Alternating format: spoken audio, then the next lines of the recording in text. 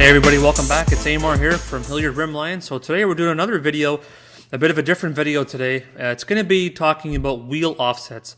What are wheel offsets? What are rim offsets? You know, everything about them, how they look on the car. And people usually ask when I get phone calls saying, what is an offset? What is that? Can you explain it to me?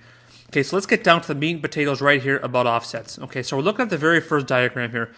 You'll see that we got three rims that have been sliced in half on a drawing to explain to you the basic general knowledge of a wheel offset.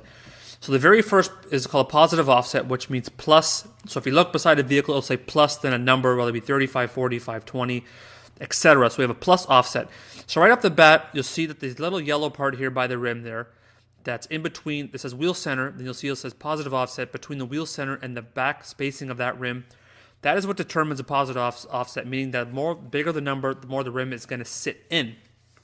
Okay, and then moving to the middle, which is called the zero offset, the middle part of the rim, where the rim actually mounts to the hub of the vehicle, that part of the rim has been moved closer to the middle, which hence when you bolt up that wheel, the back spacing then pushes the rim out. So the lower the number, the more the rim is going to stick out. So zero on let's say an SUV or pickup truck is going to sit out approximately a half inch to an inch from the body of the vehicle. Then we move on to negative, which you'll find on a lot of off-road vehicles, meaning of where the rim mounts to the hub, that particular piece of metal on the rim is moved in extremely more. And you'll find more of a deeper dish on wheels. So if you look at the center of the rim, or wherever, let's say, you put your wheel nuts on, that is wherever you put your wheel nuts on the rim, if you took it off and you put it on the studs on the hub, and when it sits against the hub, that is going to determine how far that rim sits in or sits out. And a lot of times it also depends on this little diagram here that we're going to show you the back of the rim that shows a ruler there. Now see that part, if you look at it one way, is very flat, so that's going to have a high offset. And a lot of times the rim necessarily doesn't have to be, the middle part of the rim doesn't have to be also sitting in. It can also just add meat to the back of the rim, a few millimeters, which will make it push out to give it a lower offset. Okay, so that's some of the basis. Now let's look onto a visual part of some actual technical information. So I'm doing a 2012 Nissan Maxima that I actually put rims on here. It's just a vehicle that I picked randomly out of our archives here. So we're looking up a 2012 Nissan Maxima 3.5. So right off the bat, you'll see bolt pattern, which doesn't have nothing to do with offset right now, but it's a 5x1 14.3, which is very common.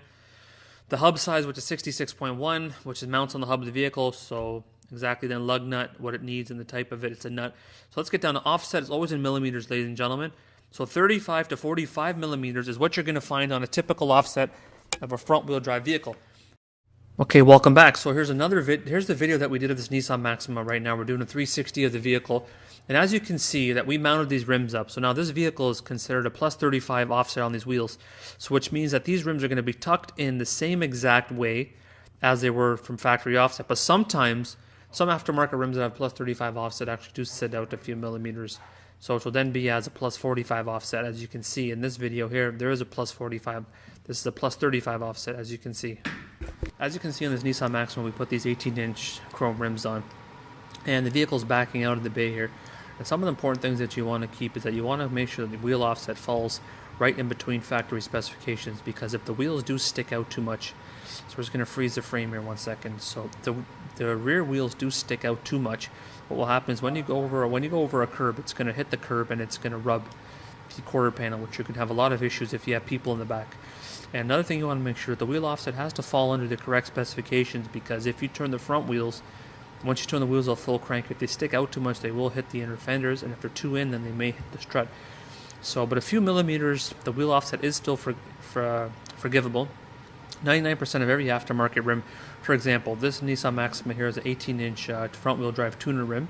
It's 18 by 7.5 with a plus 35 offset, which is going to sit basically bang on to factory offset. And sometimes, most vehicles are made with a 45 offset, so if you put a plus 35 offset on, it's going to bring those rims right perfectly flush with the body of the vehicle, which actually ends up making it look really nice and giving a little bit of better handling. So another thing that you want to keep in mind is if I stop right here, this vehicle has a plus 35, so it just comes a few millimeters shade on the inside.